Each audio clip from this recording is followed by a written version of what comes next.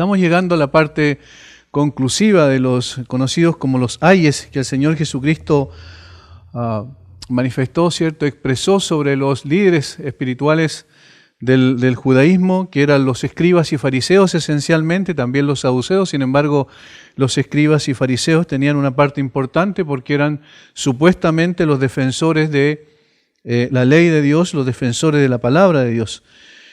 Por eso el Señor Jesucristo a través de esos ayes está manifestando su juicio sobre estos hombres que eran falsos líderes espirituales, falsos maestros, que pervirtieron la palabra de Dios en lugar de cumplirla, que lo que hicieron fue rechazar la palabra y a los mensajeros que llevaban la palabra del Señor en lugar de obedecer.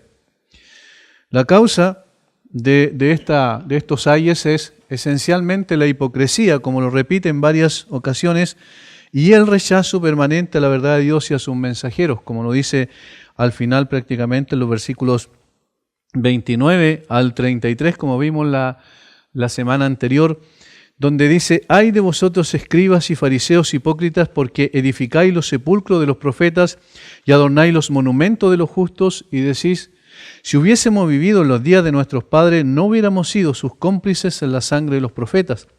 Así que dais testimonio contra vosotros mismos de que sois hijos de aquellos que mataron a los profetas. Vosotros también llenad la medida de vuestros padres, serpientes, generación de víboras. ¿Cómo escaparéis de la condenación del infierno?». Esto es lo último que el Señor Jesucristo, es el último de los ayes que el Señor Jesucristo expresa en el templo. Recuerden que todo se estaba dando en ese contexto, dentro del templo, en la condenación a estos hombres que estaban mereciendo, obviamente, ese juicio de parte de Dios. Lo último que Jesús había dicho, ¿cierto?, es que rendían homenaje a los siervos de Dios en el Antiguo Testamento, adornando sus monumentos conmemoratorios o recordatorios de ellos, y además también se preocupaban de cuidar sus tumbas. Sin embargo, rechazaban, al igual que sus antepasados, el mensaje que había sido traído por los profetas del Antiguo Testamento, y particularmente el contenido esencial del mensaje, que era apuntar hacia el Mesías que Dios había prometido enviar a Israel. A pesar de todas las evidencias que se dieron en la persona del Señor Jesucristo en cuanto a su enseñanza, en cuanto a los milagros que realizó, estos hombres persistieron en rechazar al Señor Jesucristo como el Mesías, como habían rechazado sus padres, sus antepasados, a los profetas del Antiguo Testamento. No existió ninguna generación que tuvo tanta luz como estos hombres. No existió antes y probablemente después ninguna generación que tuvo tanta luz, particularmente porque los padres, es decir, los antepasados, normalmente cuando se dice los padres se habla de los antepasados, esencialmente ellos escucharon el mensaje de los profetas, fueron advertidos por los profetas.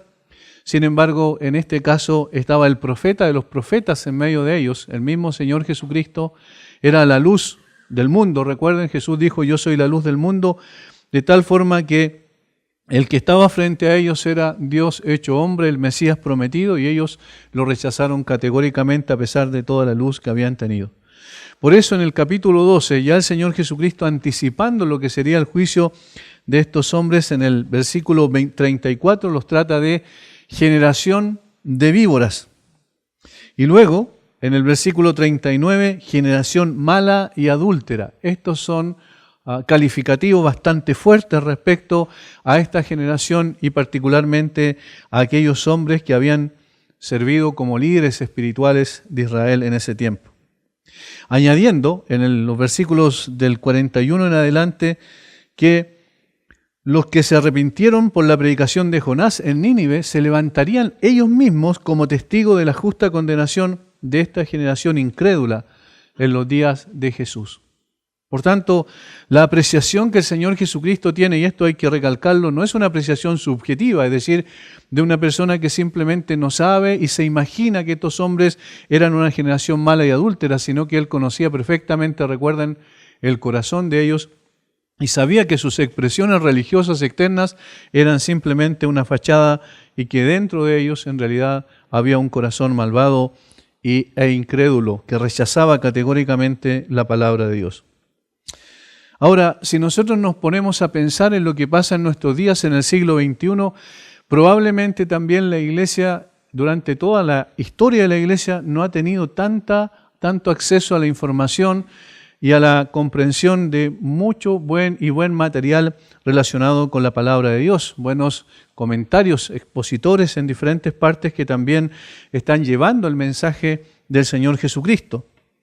Sin embargo, la pregunta que debemos hacernos es que esto es bueno por un lado, pero por otro lado también no es tan bueno. ¿En qué sentido? En que si no lo sabemos aprovechar, estamos expuestos a más luz y sin embargo tenemos menos reacción frente a esa luz que podemos llegar a tener. Es decir, podemos caer en algo similar a los fariseos. Tenían al que era la luz del mundo delante de ellos y lo rechazaron. Nosotros podemos caer en el peligro que incurrieron estas personas también al tener tanta información a nuestro alcance. Tenemos medios digitales, ¿cierto?, que podemos en cualquier momento conectarnos y poder tener un comentario completo de cada uno de los libros de la Biblia. Tenemos la posibilidad de escuchar sermones por personas, por hombres que Dios ha levantado con el propósito de poder proclamar su verdad. Podemos estar expuestos en una iglesia local una y otra vez a las enseñanzas de las Escrituras y sin embargo no reaccionar adecuadamente. Y esto es un peligro latente para cada uno de nosotros. Recordemos, por ejemplo, a Judas, ¿recuerdan? Lo más probable es que no hubo ninguna persona como Judas en la historia de la humanidad que tuvo tanto acceso a la fuente primaria de la verdad, a la sabiduría encarnada, que tuvo tanto acceso a la persona del Señor Jesucristo, presenció sus milagros extraordinarios, escuchó sus grandes enseñanzas, los grandes sermones que el Señor Jesucristo proclamó, y sin embargo nunca tuvo una relación genuina con Jesucristo. Eso es lo que dice la Biblia. Está dentro de aquellos que aparentaban tener al Señor y vivir con el Señor y andar con el Señor y sin embargo no tenían una relación con el Señor Jesucristo. Por eso necesitamos ser advertidos que entre más luz tenemos de la verdad, más responsables somos ante la verdad. No es suficiente con ser expuestos a la palabra de Dios, debemos reaccionar positivamente en obediencia. Esta generación del siglo XXI también está llamada a poder llegar a tener un concepto mucho más profundo de la persona del Señor Jesucristo porque tiene los medios que nunca los antecesores nuestros tuvieron. De hecho, cuando yo estaba en el Instituto Bíblico, me acuerdo que había un computador y era un computador que a uno apretaba una tecla y tenía que esperar 10 minutos para que le diera la información. Y habíamos, 10 o 12 alumnos en el Instituto Bíblico y teníamos que sacar hora para poder usar el computador. Es decir, y el acceso al Internet era muy limitado, de tal manera que prácticamente no teníamos acceso a las fuentes que en el día de hoy existen. Hay equipos mucho más sofisticados que uno aprieta una tecla, ¿cierto? Y inmediatamente aparece una página y si uno quiere seguir abriendo páginas y tenerla una al lado de la otra, lo puede hacer con buen material como el que existe en el día de hoy. Puede entonces, por esas razones, que seamos en la historia de la Iglesia la generación que más expuesta ha sido a la palabra de Dios. A pesar de que la Iglesia no ha cumplido fielmente como debiera la gran comisión, ¿cierto?, de llevar el mensaje a todo lugar, sin embargo, en nuestro contexto, en Occidente al menos, tenemos la posibilidad, sin duda, de poder ser expuestos a la palabra continuamente y en muchos aspectos, en forma mucho más profunda que los antecesores. Por eso, necesitamos estar muy, muy apercibidos de que la luz que tengamos debe también representar en nuestro corazón una reacción mayor frente a esta verdad que Dios nos ha querido manifestar. No tenemos excusa al momento de responder frente a la verdad expuesta. Del mismo modo, esta iglesia del siglo XXI se mueve, y esto es otra parte de lo que necesitamos tener para poder entender un poco mejor lo que el Señor Jesucristo va a decir aquí. Estamos en el siglo XXI también en una iglesia que se mueve en un mar turbulento, porque hay sin duda externamente una fuerte presión contra la iglesia y yo estoy seguro que cada vez se avecina más la persecución, más en forma más directa a la iglesia. En Argentina, en Neuquén específicamente, hace unos pocos días una iglesia fue atacada y un pastor está siendo cuestionado fuertemente por no querer entregar la enseñanza de la ideología de género porque él tiene un colegio o al menos es administrador de un colegio y él se opuso a entregar la ideología de género dentro de ese recinto educativo y está en cuestionamiento en toda Argentina. Esto cada vez va a ser más fuerte, la presión incluso puede ser hasta física en el caso de las mujeres que creen, por ejemplo, en el modelo bíblico de lo que es el hombre y la mujer, del matrimonio y todo eso. Están siendo atacadas personas, también mujeres, que simplemente dicen que no están de acuerdo con esta posición que quiere imponerse en forma totalitaria en nuestra sociedad. De tal manera que estamos moviéndonos en un mar de subjetividad, secularismo extremo y ateísmo práctico.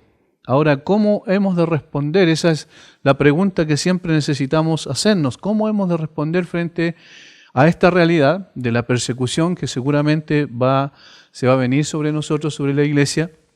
Y al mismo tiempo, ¿cómo hemos de usar esa luz en la cual el Señor nos ha dado a través de las Escrituras y que cada vez, como digo, es más accesible a la información más profunda respecto de lo que el Señor nos ha revelado en su palabra? ¿Cómo estudiar mejor la palabra? ¿Cómo tener convicciones más fuertes y más firmes para enfrentar este mundo? Bueno, esto también necesitamos considerarlo cuando entramos a ver lo que el Señor Jesucristo le dice a estos hombres, a estos falsos líderes espirituales, donde va a llegar finalmente a la ejecución de la condenación en un sentido al decir en el versículo 36, de cierto os digo que todo esto vendrá sobre esta generación. Estaba manifestando que muy pronto, en ese momento, en esa misma generación, el Señor iba a ejecutar su juicio condenatorio sobre estas personas que rechazaron la verdad a pesar de toda la luz que tenían, como acabamos de decir. Por eso es interesante observar lo que Jesús está diciendo en esta conclusión a los juicios sobre los falsos líderes espirituales de la nación de Israel. Esta declaración de juicio inminente sobre toda la nación y sobre los líderes espirituales en particular nos ayuda a nosotros en este tiempo a aprender a apreciar lo que nos ha sido concedido por gracia y a enfrentar la persecución que está pronto a desatarse sobre la Iglesia de Cristo con la certeza de que descansamos en las justas, poderosas y sabias manos de Dios. Eso como iglesia debe quedar como aplicación para nosotros y obviamente también para no solo para la iglesia como tal, sino para cada uno de los miembros considerados individualmente. Vamos entonces a lo primero, vamos a dividir en tres partes este estudio del día de hoy. Lo primero que vamos a ver es que la condenación está precedida por la gracia. Esto es interesante. La condenación está precedida por la gracia, es decir, el Señor sigue dando manifestaciones de su gracia, expresiones de su gracia, antes de ejecutar la condenación propiamente tal. Fíjense lo que dice, versículo 34. Por tanto, he aquí yo os envío profetas y sabios y escribas. He aquí yo os envío. La advertencia que hace Jesús es enfática y una muestra de la gracia de Dios antes del advenimiento de la justa condenación. He aquí se usa para llamar la atención. Es equivalente a la expresión, ojo, cuidado, presten atención, miren lo que va a pasar. Es decir, es una forma de llamar la atención sobre lo que el Señor va a hacer. Y la cláusula, por tanto, está considerando lo que anteriormente ha dicho, que los líderes espirituales de ese tiempo, los escribas y fariseos, habían llenado la medida de vuestros padres, es decir, han rebalsado, han puesto la gota que rebalsa el vaso, en otras palabras.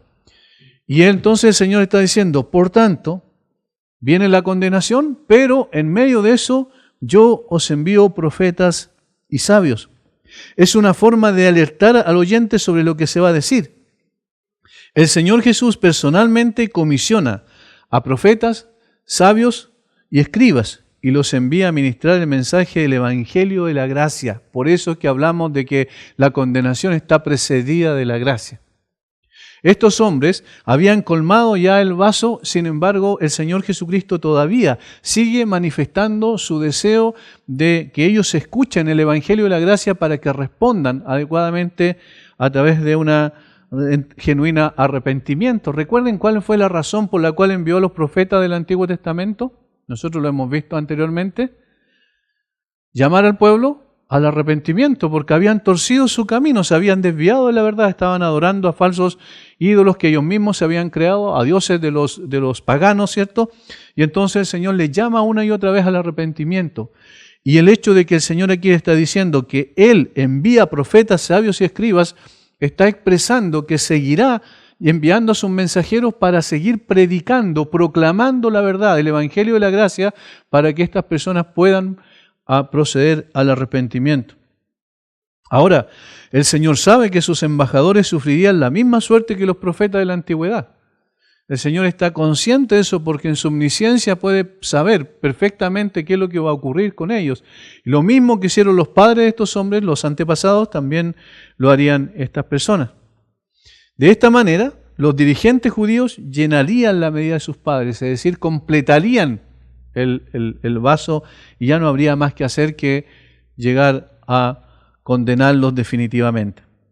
Como ustedes pueden apreciar aquí en el texto bíblico, se ve por dos cosas importantes. Es la justicia de Dios, pero la gracia de Dios al mismo tiempo. La gracia de Dios precede a la justicia para que la gracia de Dios pueda alcanzar a más personas con el mensaje de salvación antes de que venga la condenación que el Señor Jesucristo anticipa. Que Jesús anticipe que seguirá enviando a sus embajadores con el mensaje del Evangelio era una muestra más de su misericordia. Estos hombres deberían ya ser condenados, sin embargo, aquel que no vino a condenar al mundo, sino que el mundo fuera salvo por él, ¿recuerdan lo que le dice, lo que registra Juan? Él sigue la tarea de llevar su mensaje a los mismos que lo pondrían en una cruz. Aquí ahora hay otra cosa notable que nosotros vemos aquí, dice, he aquí, yo os envío profetas, sabios y escribas. ¿Cuándo lo va a enviar? Y aquí yo os envío sabios, profetas y escribas. Obviamente cuando ya realizara su labor, fuera a la cruz, muriera en la cruz y fuera resucitado entre los muertos y ascendiera a los cielos, ahí Él enviaría. Ahora, recuerdan que cuando el Señor finalmente resucitó y fue al Monte de los Olivos y en Mateo 28 al final, y le dijo, toda potestad me da en los cielos y en la tierra, por tanto, id y haced discípulos a todas las naciones, ahí estaba enviando a aquellos que iban a ser los portavoces de la verdad, del Evangelio de la gracia, para llevarlos al mundo entero. Ahora, cuando el Señor dice, yo os envío profetas, lo dice en un presente continuo, o sea, los voy a estar enviando permanentemente. A pesar de que ya no esté en la tierra, propiamente, Él va a seguir enviando a sus profetas. De hecho, hasta el día de hoy lo hace porque todo mensajero del Evangelio es un profeta de Dios. No en el sentido predictivo, porque ya toda la revelación está dada, sino en el sentido explicativo y de proclamación del Evangelio de la gracia de Dios. Por tanto, el Señor está diciendo que tiene autoridad para poder enviar, para poder llamar y enviar. ¿Recuerdan? Como el Padre me envió, así también yo os envío. De la misma manera, de la misma forma, el Padre me envió a mí, yo los envío a ustedes. Y esa es una expresión otra vez de la gracia de Dios. Cualquier persona que lee las palabras que Jesús usó para referirse a estos hombres podría sacar una apresurada conclusión, que Jesús era llevado por un enojo descontrolado. Miren la manera, recordemos la manera en que los trata. Capítulo 23, versículo 13, mas ay de vosotros escribas y fariseos hipócritas. Versículo 14, ay de vosotros escribas y fariseos hipócritas. Ay de vosotros escribas y fariseos hipócritas. 16, ay de vosotros guías ciegos, insensatos y ciegos, necios y ciegos. Ay de vosotros escribas y fariseos hipócritas. Ay de vosotros escribas y fariseos hipócritas. Nuevamente, ay de vosotros escribas y fariseos hipócritas. Versículo 29, ay de vosotros escribas y fariseos hipócritas. Habla muy fuerte en contra de ellos y cualquiera que escucha al Señor o que lee las palabras del Señor podría pensar que Él tenía un enojo descontrolado y por eso estaba tratándolos de esa manera. Sin embargo, el hecho de que siga enviando a sus siervos para proclamar el Evangelio es una evidencia de su misericordia, de su paciencia. Una de las cosas que más me asombra de Dios a mí es la paciencia de Dios. No sé si ustedes se han puesto a pensar en esto. Nosotros recibimos cada vez más luz, tenemos un conocimiento más profundo de la verdad y sin embargo nos reaccionamos consecuentemente con la luz que recibimos. Y el Señor tiene paciencia con nosotros. Esa es expresión de su misericordia. ¿Y por qué entonces no va a actuar así en este momento cuando está descubriendo el corazón de estos hombres, la hipocresía de sus almas, la malvada perversión de sus corazones, donde Él va a ejecutar juicio legítimamente, correctamente, pero antes del juicio Él envía a sus profetas, a sus sabios y a sus escribas? Tal como lo había hecho con su pueblo Israel por siglos. Por ejemplo, escuchemos a Jeremías, dice: por cuanto no oyeron mis palabras, dice Dios a través del profeta Jeremías, dice Jehová, que les envié por mis siervos los profetas desde temprano y sin cesar, y no habéis escuchado, dice Jehová. Fíjense, les envié mis siervos los profetas desde temprano y sin cesar, en forma permanente en todo el Antiguo Testamento. Desde que los sacó de la tierra de Egipto, les empezó a enviar profetas, porque el pueblo se empezó a desviar inmediatamente después. Recuerden que a los 3 días estaban murmurando contra Dios y querían volver otra vez a Egipto. Y el Señor tenía que otra vez amonestarlos para que volvieran al camino. Sin embargo, ¿qué es lo que hizo Israel? No oyeron mis palabras, no habéis escuchado, dice Jehová. Del mismo modo, luego de su partida, Jesús enviaría a la nación profetas, sabios y escribas. Estos eran los apóstoles de Cristo, que serían los portadores de este mensaje de gracia. Los mismos que serían también aquellos que dejarían plasmado el mensaje en las Escrituras. A estos Jesús les llama profetas, sabios y escribas. Y es interesante, ¿a quiénes estaba dirigiéndose en su amonestación de juicio? A los fariseos y escribas. El Señor iba a cambiar entonces, ya no iban a ser ellos los que iban a plasmar en el papel, digamos, en la escritura propiamente tal, la palabra de Dios, sino que ahora iban a ser otros que Él había escogido específicamente para ese propósito, como los profetas, o como los apóstoles, digo. Ahí está Pablo, ¿cierto? Pedro, Juan, Lucas, que no era parte de los apóstoles propiamente, pero sí era un creyente de la iglesia primitiva, es decir, a varios que el Señor escogió para que escribieran, para que dejaran plasmado para nosotros también su palabra. Richard Lenke, un teólogo, explica de la siguiente manera este texto. Dice: enviaré o comisionaré, dice el mismo gran rey mesiánico. Él, en primer lugar, llama a sus apóstoles y ministros profetas, hombres que son exactamente como los mencionados en el Antiguo Testamento, a quienes los sanguinarios padres de estos hijos del Gehenna apresaron. Luego les llama sabios, que estaban llenos de sabiduría de Dios, y proclaman esa sabiduría en los lugares más lejanos. Finalmente los llama grammateis en griego, que significa escribas. Son los escritores y expositores del Evangelio del Nuevo Pacto. Cada título está lleno de un significado singular. La nación judía una vez más sonará con los llamados de gracia más allá de cualquier cosa que haya ocurrido en los días del Antiguo Testamento. ¿Por qué el Señor simplemente no cortó por lo sano, como nosotros decimos normalmente, y ejecutó el juicio sobre estos hombres? Porque todavía la gracia de Dios está presente, porque todavía la misericordia de Dios está presente. Por eso lo que más sorprende en todo esto es cómo el Señor tiene una paciencia extrema. Si ya lo habían rechazado, si categóricamente no lo querían aceptar como el Mesías, si estaban tramando, planeando asesinarlo, colocarlo en una cruz, ¿cierto? Entregarlo a los romanos y acusarlo para que finalmente fuera crucificado. ¿Por qué? Uno piensa, ¿por qué no ejecuta el juicio? Bueno, por lo mismo que durante muchos años no ejecutó juicio sobre nosotros, hasta que un día su gracia nos alcanzó. Él tiene todavía esa expresión y esa manifestación de gracia para con los hombres, también para con estas personas. Quizás uno piensa que probablemente, como dice el libro de los Hechos, algunas de estas personas que estaban en ese momento quizás se convirtieron al Señor, quizás recibieron el Evangelio en un momento determinado, pero la mayoría de los líderes espirituales fueron finalmente condenados por la porfía de sus corazones. Pero también hay una segunda razón de esta advertencia, y es que sea una evidencia en la verificación de juicio que estos hombres merecían. Porque después que Jesús fuese crucificado, estos líderes espirituales matarían, crucificarían, azotarían y perseguirían a los mensajeros de Cristo. Esto nos lleva a un segundo punto. Por tanto, he aquí yo os envío profetas, sabios y escribas, la expresión de la gracia, y de ellos a unos mataréis y crucificaréis, a otros azotaréis en vuestras sinagogas y perseguiréis de ciudad en ciudad. Y ojo que esto no es que el Señor anticipe algo que va a pasar, sino que está definiendo claramente que esto es lo que va a suceder. Es decir, no es que probablemente estos hombres actúen así, sino que está diciendo, estos van a hacer precisamente lo que el Señor mencionó.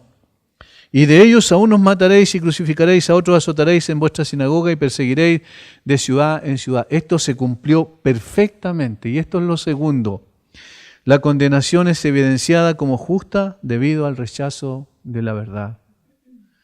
La condenación es evidenciada como justa debido al rechazo de la verdad, de los mensajeros que llevaban la verdad.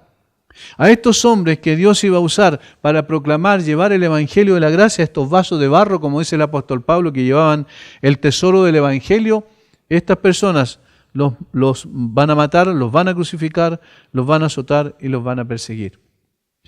En su conocimiento perfecto, el Señor sabía cuál sería la reacción de estos hombres a su oferta de gracia por medio de sus mensajeros. Por eso anticipó, cómo tratarían a quienes Él les enviaría. Estos profetas, sabios y escribas que iban a mandar Jesús son los apóstoles de Cristo, son los profetas del Nuevo Testamento, son los sabios que tenían la capacidad de discernir las profundas verdades de Dios. Dios levantó a hombres con esas características. ¿Recuerdan, por ejemplo, a Esteban y a Felipe, dos de los diáconos? Esteban fue el primer mártir, de hecho, al cual lo asesinaron, lo mataron a pedradas, ¿verdad? Y ahí tenemos a una persona que, según la Biblia, según el libro de los Hechos, relata, Lucas es el que escribe el libro de los Hechos y relata esto, no pudieron resistir a la sabiduría que salía de él. No pudieron resistir a la sabiduría. Ahí están los sabios. Ahí están estas personas que iban a ser llenas del Espíritu Santo y en consecuencia iban a proclamar la verdad con una claridad y con una firmeza y con una convicción tan profunda que iba a ser imposible refutar los argumentos que ellos estaban presentando. Notemos lo que dice el autor del libro de los Hechos, Lucas, cuando relata lo que pasó con Esteban. En el capítulo 6 es escogido como diácono, los primeros 7 versículos se relata de eso, y luego el versículo 8 comienza a decir lo que Esteban hizo. Y Esteban, lleno de gracia y de poder, hacía grandes prodigios y señales entre el pueblo. Entonces se levantaron uno de la sinagoga llamada de los libertos y de Cirene, de Alejandría, de Cilicia y de Asia, disputando con Esteban. Pero no podían resistir a la sabiduría y el espíritu con que hablaba. No podían resistir. Era imposible. Estos hombres eran hombres dotados por Dios con ciertos dones especiales para poder comprender más profundamente la verdad de Dios y poder proclamarla con toda autoridad. Por eso, esto se cumplió efectivamente tal cual como Dios lo había determinado, como Jesús lo había anticipado, perdón. Una vez que Jesús murió, resucitó y fue ascendido a la gloria de su Padre, recuerden, descendió el Espíritu Santo el día de Pentecostés, llenó a los 120 que estaban ahí y empezaron a proclamar la verdad. Ese mismo día se levantó Pedro, el mismo que había negado al Señor Jesucristo, y de nuevo, decir, con libertad, con confianza, empezó a predicar el Evangelio del Señor Jesucristo. Les dijo a esas personas, ustedes fueron los que mataron a Cristo, ustedes fueron los que lo asesinaron. ¿Y qué es lo que quería Pedro con ese mensaje? En capítulo 2, versículo 36 del libro de los Hechos está claro, dice: sepa pues ciertísimamente toda la casa de Israel que a este Jesús, a quien vosotros crucificasteis, fíjense la acusación directa, a quien vosotros crucificasteis, Dios le ha hecho Señor y Cristo, reconózcanlo como el Mesías. Eso es lo que está diciendo. Llevarles a tal convicción, desde el punto de vista humano, ¿cierto?, contando con la convicción del Espíritu en sus corazones, para que estas personas reconocieran su pecado delante de Dios y pudiesen llegar al arrepentimiento.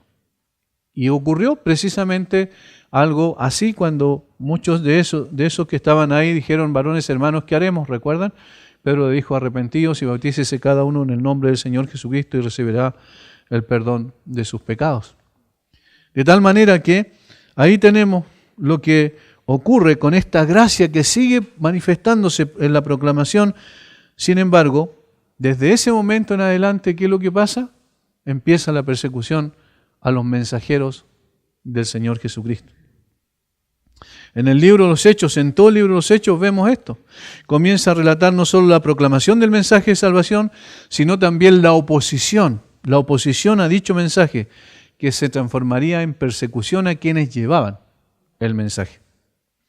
De esta manera estos hombres también eran portadores de otro mensaje, y esto es interesante, el mensaje de condenación o juicio debido al rechazo del Evangelio. De estos a unos matarían y crucificarían, a otros azotarían y perseguirían de ciudad en ciudad. A quienes crucificarían, obviamente, estarían en las manos de los romanos. Los romanos eran los que crucificaban. Los judíos no podían hacer eso, pero los judíos lo mataban normalmente por lapidación, es decir, por apedreamiento. ¿Recuerdan? A Esteban lo mataron así, posteriormente a Jacob, el hermano de Juan, en manos de Herodes, lo mataron a espada, dice, fue traspasado a espada. Y así cada uno de ellos sufrió de diferente forma. A Pedro y a Juan los azotaron y les dijeron que no hablaran más en el nombre de Cristo, ya al iniciarse la proclamación del Evangelio en Jerusalén. ¿Y quiénes lo hacían? ¿Delante de quiénes comparecían? Delante del concilio, del Sanedrín, es decir, de los saduceos, los escribas y los fariseos. Tal cual como el Señor había anticipado.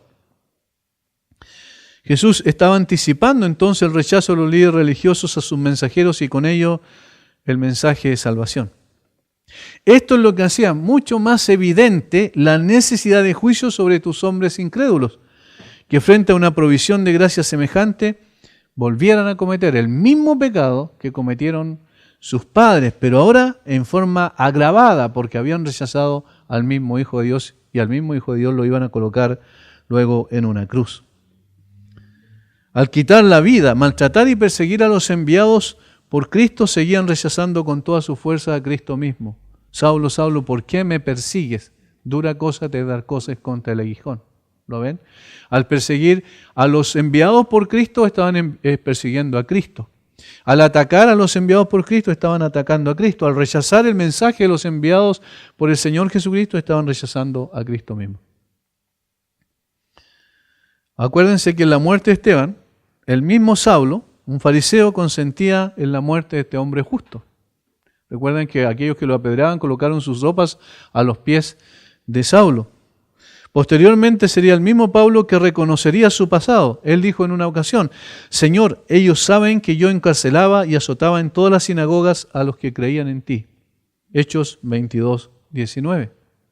También dijo, perseguía yo este camino hasta la muerte, prendiendo y entregando en cárceles a hombres y mujeres. Hechos 22:4, dando su testimonio, Pablo dice, esto era él, yo vivía de esta manera. Yo creía que estaba adorando a Dios persiguiendo a la iglesia del Señor Jesucristo. La historia subsecuente mostraría cómo el perseguidor de los cristianos sería transformado en un seguidor de Cristo. Y ahora él mismo, en carne propia, sufriría la persecución de una manera brutal por sus mismos compatriotas. Esto se repitió tanto que cuando le escribe a los tesalonicenses, el apóstol Pablo hace una síntesis de cómo estos hombres persiguieron tenazmente a los mensajeros de Cristo y los mataron y rechazaron su mensaje. Primera Tesalonicenses capítulo 2, versículo 14 en adelante.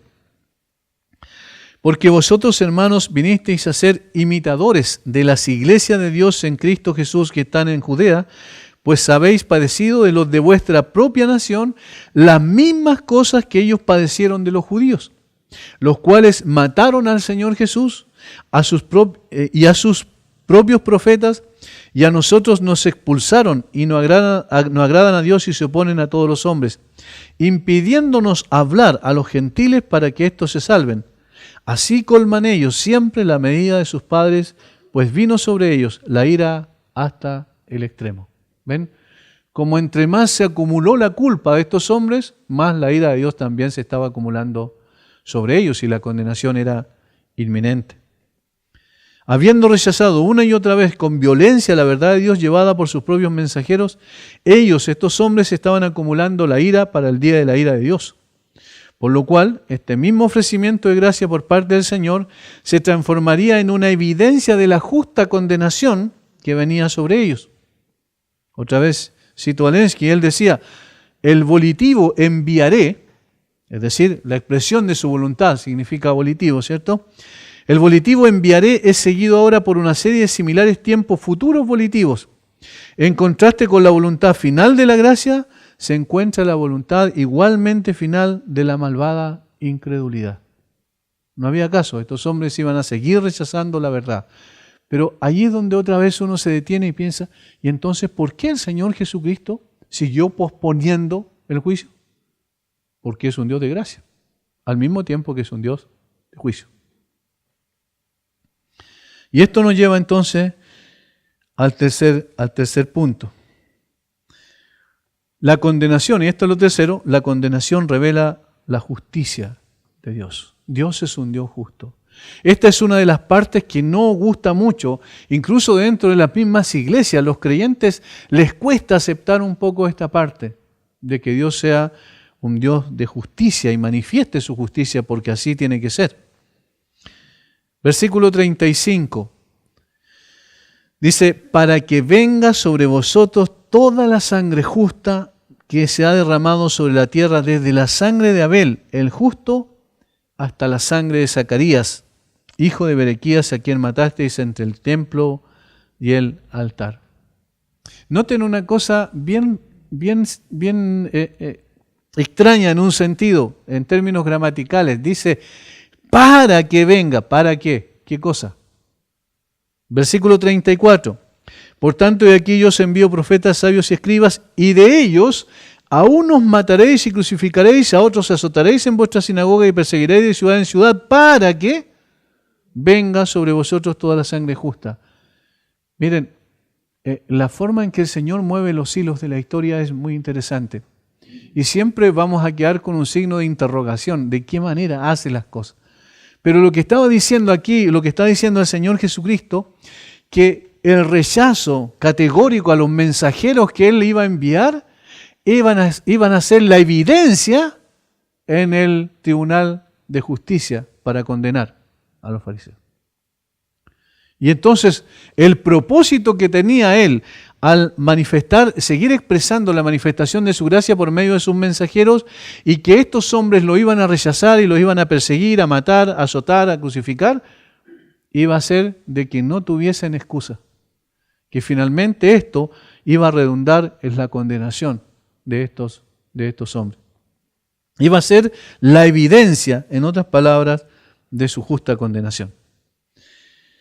El versículo 35 contiene una cláusula de propósito que indica claramente un propósito divino, es decir, Dios tenía ese plan, ese propósito y lo iba a desarrollar.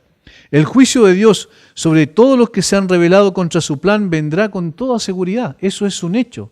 Aquellas personas que piensan que van a quedar exentas del juicio de Dios porque no creen en que Dios es un Dios de justicia, se van a equivocar, porque el último día va a llegar cuando el Señor ejecute su justicia sobre toda persona que ha rechazado el mensaje del Evangelio. Los hombres inicuos tratan de subvertir y destruir los propósitos de Dios. Tratan de ignorar que Dios es un Dios real y verdadero. Estamos hoy en una sociedad secular cada vez más atea y que rechaza categóricamente al Dios de las Escrituras, y que incluso no solo lo rechaza, sino que está entrando a odiarlo con todo su corazón, en una expresión externa, porque sabemos que el hombre siempre odia a Dios, pero ahora lo estamos viendo de una forma mucho más plausible. Estas personas piensan que pueden destruir los propósitos de Dios, pero el soberano tiene el control absoluto de todo y su justicia se manifestará a su tiempo. No hay vuelta que darle. Si nosotros consideramos aquí en la tierra que cuando se ocurre algún acto delincuencial, esas personas son dignas de ser llevados ante los tribunales de justicia y condenados, ¿cuánto más aquellos que han ofendido al Santo de los Santos? ¿Cuánto más aquellos que se han opuesto categóricamente una y otra vez al mensaje del Evangelio de Jesucristo? Porque en Chile, por lo menos, casi seguro, no hay ninguna persona que no ha escuchado el mensaje de salvación. ¿Por qué? Porque a través de muchas formas está llegando, se sigue proclamando el mensaje, de tal manera que estas personas, entre más expuestas sean a la verdad, más condenación acarrean sobre ellos al rechazar el mensaje del Evangelio de gracia.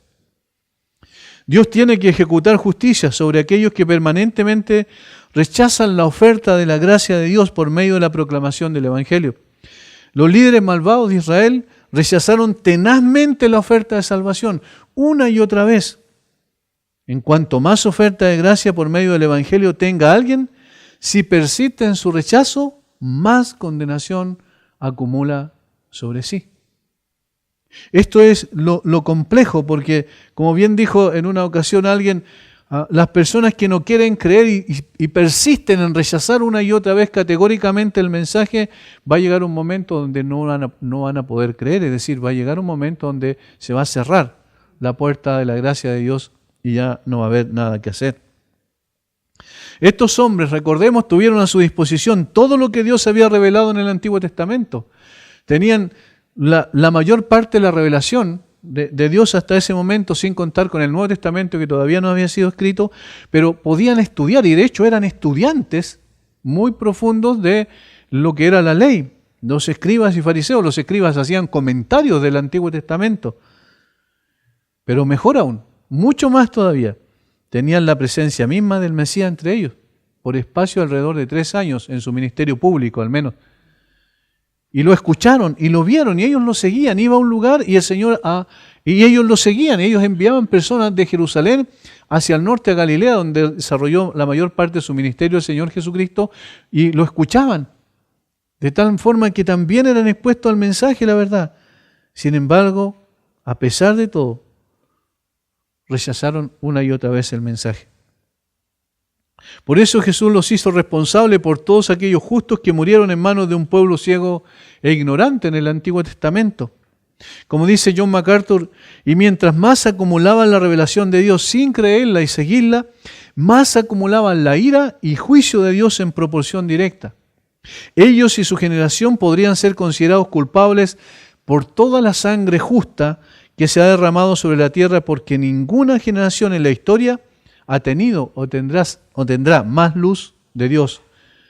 Tuvieron en medio de ellos al Dios encarnado, quien él mismo era toda la verdad y toda la luz, y sin embargo ellos no lo recibieron, ellos no lo aceptaron como tal.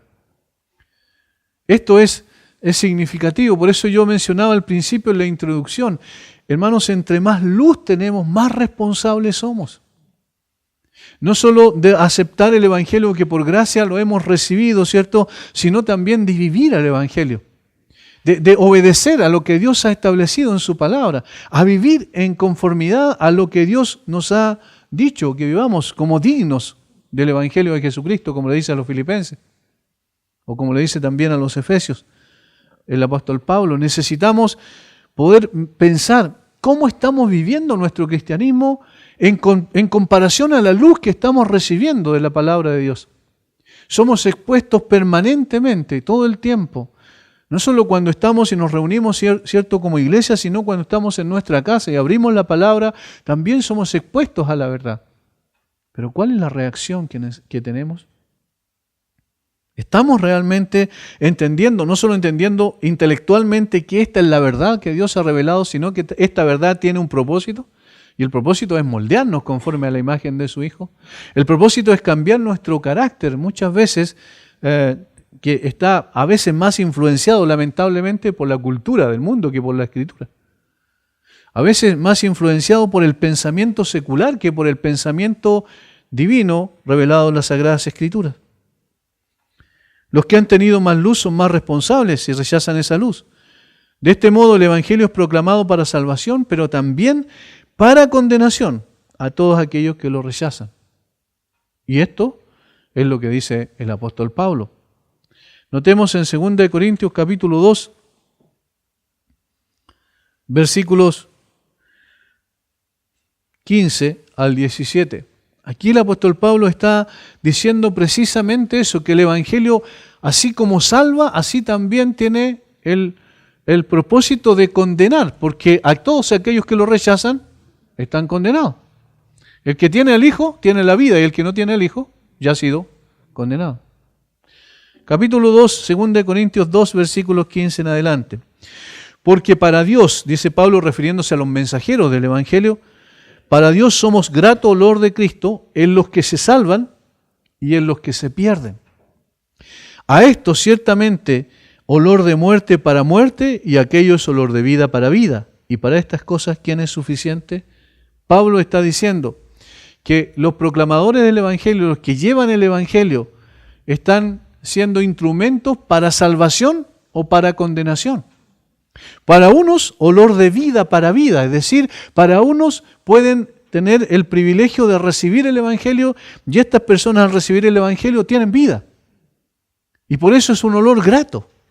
Incluso es interesante que el contexto en el cual el apóstol Pablo habla, el versículo 14, él está hablando, dice que él, da gracias a Dios, el cual nos lleva siempre en triunfo en Cristo Jesús, por medio de nosotros manifiesta en todo lugar el olor de su conocimiento.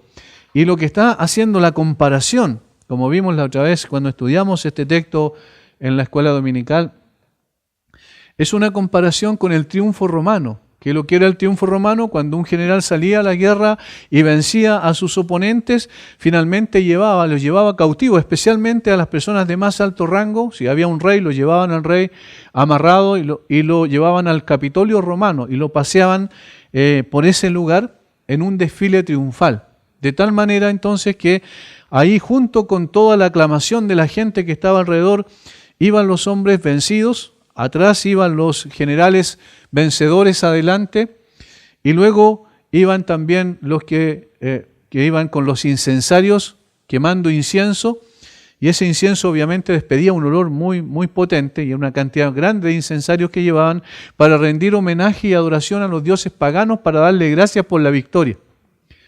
¿Y qué ocurría? Que estos hombres recibían todos el mismo aroma, pero el aroma para unos era para muerte y el aroma de otros era para vida.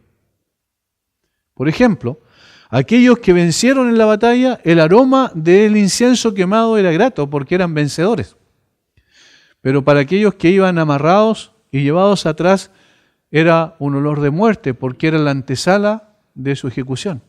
Cuando terminaba el desfile, algunos de ellos iban a ser puestos como esclavos, dejados como esclavos, y otros iban a ser ejecutados. El mismo olor era para unos de vida y para otros de muerte. Teniendo en consideración ese ejemplo que da Pablo, dice eso, porque para Dios somos grato olor de Cristo en los que se salvan y en los que se pierden.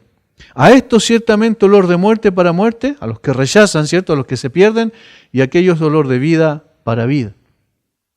De tal forma entonces que el Evangelio que nosotros decimos siempre, este Evangelio es el Evangelio de vida, es también el Evangelio de muerte para quienes lo rechazan.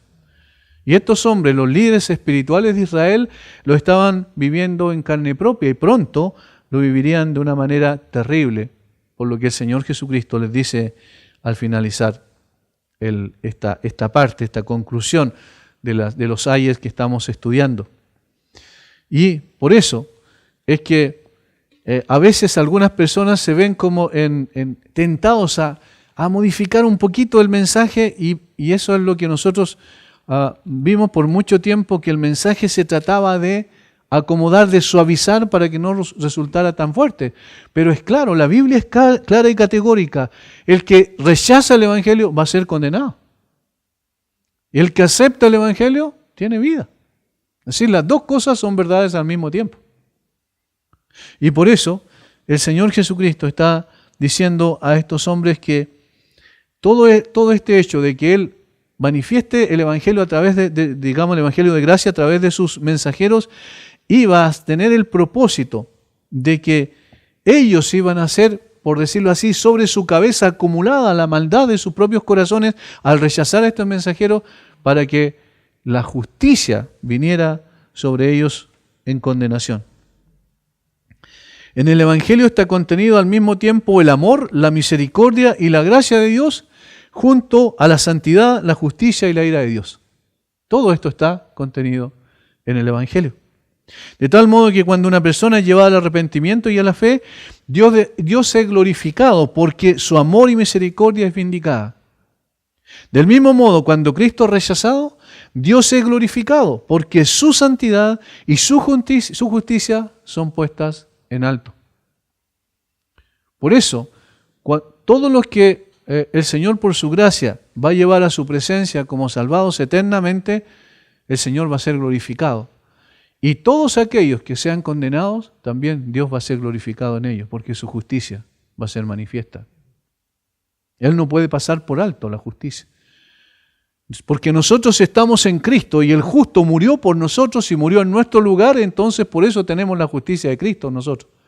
Y por eso tenemos el privilegio de ser llamados hijos de Dios y disfrutar para siempre con Él la vida eterna. Pero todo aquel que no esté en Cristo está bajo la justa ira de Dios todavía. Noten cómo se refiere el Señor al comienzo de la historia humana y también al comienzo de la injusticia humana, citando a Caín. Dice, para que venga sobre vosotros toda la sangre justa que se ha derramado sobre la tierra, desde la sangre de Abel, el justo. No menciona a Caín, pero ¿quién derramó la sangre de Abel? Claro, entonces, obviamente está citando a lo que pasó con Caín. La injusticia encarnada, ¿cierto?, estaba en el carácter de Caín. ¿Y qué es lo que está diciendo el Señor Jesucristo en este sentido? Fíjense la aplicación. Está diciendo que todos aquellos que rechazaron a los profetas de Dios en el Antiguo Testamento, los antecesores de los fariseos y escribas, y los escribas mismos, y todos aquellos que rechacen más adelante, son de la misma calaña de Caín. Porque recuerden que la ira de Dios se revela del cielo contra toda impiedad e injusticia de los hombres que detienen con injusticia la verdad. ¿Por qué Caín mató a Abel? Porque su hermano era justo, dice la Biblia. Pues su hermano Abel era justo. Justo no en el sentido de carácter, sino justo en el sentido forense, en el sentido de que creyó en Dios y por eso le fue contado como Abraham también por justicia. Igual como a nosotros. Al final del Antiguo Testamento también muestra, citando el asesinato al profeta Zacarías, y aquí hay una discusión de los teólogos que ha durado 2000 años, así que no la vamos a dilucidar nosotros ahora. ¿Qué Zacarías es este? Allí dice, Zacarías hijo de Berequías, a quien matasteis entre el templo y el altar. Pero hay más de una posibilidad respecto a cuál Zacarías es. Hay una cantidad de Zacarías que hay en el Antiguo Testamento, entonces, ¿a quién se está refiriendo? En el libro de Crónicas habla de una persona que fue asesinado en el patio del templo, a pedradas también, porque habló de la importancia de la palabra de Dios y cómo ellos la habían rechazado. Y algunos dicen, a ese Zacarías se refiere. Pero hay otros teólogos que dicen que se refiere al profeta Zacarías, a uno de los últimos profetas del Antiguo Testamento que profetizó por el año 520 a.C. junto a Ageo. Y se refiere a ese Zacarías, aunque en el Antiguo Testamento no hay ninguna parte donde diga que de esta manera murió el profeta Zacarías, pero los teólogos dicen que apoyan esta teoría, dicen que lo más probable es que sí, el Señor Jesucristo sabía cómo había muerto y por eso Él lo cita aquí. Así que, como digo, hay una discusión, pero aquí lo más importante es lo siguiente, lo que el Señor Jesucristo está enseñando es lo siguiente. Siempre el injusto se ha opuesto al justo y siempre ha terminado por asesinarlo. En el Antiguo Testamento, Dios envió a sus profetas y a los hombres justos y entonces los injustos lo asesinaron. ¿Desde dónde? Desde el comienzo de la historia humana hasta el final del Antiguo Testamento. Ese es como el sentido que está tratando de abarcar todo para mostrar que la reacción del corazón humano seguía siendo exactamente el mismo. ¿Y por qué pusieron en la cruz al Señor Jesucristo? También porque Él era justo y los otros eran injustos. ¿Entienden? Se repite la historia. En toda la historia de Israel Dios manifestó su gracia enviando a sus mensajeros y en toda la historia de Israel el pueblo los asesinó porque el malvado odia a los justos puesto que deja en evidencia la maldad de sus corazones. En la salvación y en la condenación Dios es igualmente glorificado. Finalmente Jesús declara la condenación que les espera a estos hombres malvados que siempre resistieron al Señor Jesucristo, sus mensajeros y su palabra. Dice, de cierto os digo que todo esto vendrá sobre esta generación. Y aquí, sobre esta generación, se está refiriendo específicamente a esa generación de ese tiempo, está hablando de un hecho histórico. ¿Qué está diciendo? Aquí va a venir la condenación a estas personas. Ahora, ¿qué es lo que pasó? En el año 70 después de Cristo, alrededor de 40 años después de lo que el Señor Jesucristo estaba aquí hablando con estos hombres, vino el general Tito, irrumpió en Jerusalén con más de 80.000 soldados y los sitió, y finalmente, ¿verdad?, por la rebelión de los celotes, finalmente fueron asesinados una cantidad increíble de miles y miles de judíos en manos de los romanos. Y ellos cayeron ahí, y hasta allí llegó la generación, la última generación de Israel, hasta que después en 1948 vuelve otra vez, ¿cierto?, a aparecer Israel en la historia de la humanidad. Pero esa generación dejó de existir en una forma terrible, porque ya el pecado había llegado a su colmo. Este es el sentido de la manifestación de la condenación por parte de Dios en cuanto a su justicia, que Él tiene paciencia, pero un día necesita manifestar su condenación, su justicia. La generación que fue responsable, escribió alguien, de la muerte de Juan el Bautista y de la entrega de Jesús el Mesías a los romanos para que fuese crucificado, experimentó la destrucción de la nación cuando los ejércitos de Roma destruyeron a Israel en el año 70 después de Cristo, causando la muerte de miles de judíos. Esta generación que rechazó a la persona de Jesús el Mesías también rechazó y persiguió a los mensajeros del Señor. Recuerdan que cuando el apóstol Pablo iba y fundaba una iglesia, ¿quiénes llegaban? Los judaizantes, a tratar de destruir la obra que estaba recién comenzando. Hermanos, como conclusión nada más, aplicando a lo que pasa con nosotros en el día de hoy, nosotros estamos en otro contexto, sin duda, pero estamos también, por un lado, tenemos mucha luz a través de toda la palabra de Dios que hemos tenido a nuestra disposición por años y que cada vez tenemos, como dije, más medios para estudiarla y profundizar en el contenido de ella. Y por otro lado, también estamos viviendo en tiempos tempestuosos. ¿Cómo vamos a enfrentar la oposición que tengamos o cómo enfrentamos a los falsos maestros que se introducen en las iglesias con sus mentiras y sus herejías y sus doctrinas cerradas? ¿Cómo vamos a enfrentar nosotros adecuadamente a esta generación a la cual nos ha tocado vivir? Obviamente, con la palabra de Dios, con el poder de su Espíritu Santo, con la guía y dirección del Señor a través de su infalible palabra. Es la única forma. Y por eso somos responsables de aplicar la palabra, no solo de leerla, no solo de conocerla, sino de aplicarla también en el contexto en el cual estamos viviendo. Que el Señor nos libre de caer también en esto que cayeron estos hombres, de haber tenido la luz frente a ellos y no haber entendido la verdad y haberse desviado notablemente la verdad hasta recibir la condenación. Evidentemente todo hijo de Dios verdadero, genuino, no va a ser condenado porque la Biblia dice eso, pero sí podemos a veces flaquear en nuestra fe si no estamos convencidos de la importancia de la palabra en nuestras vidas y la forma en que tenemos que aplicarla también en nuestro cotidiano vivir.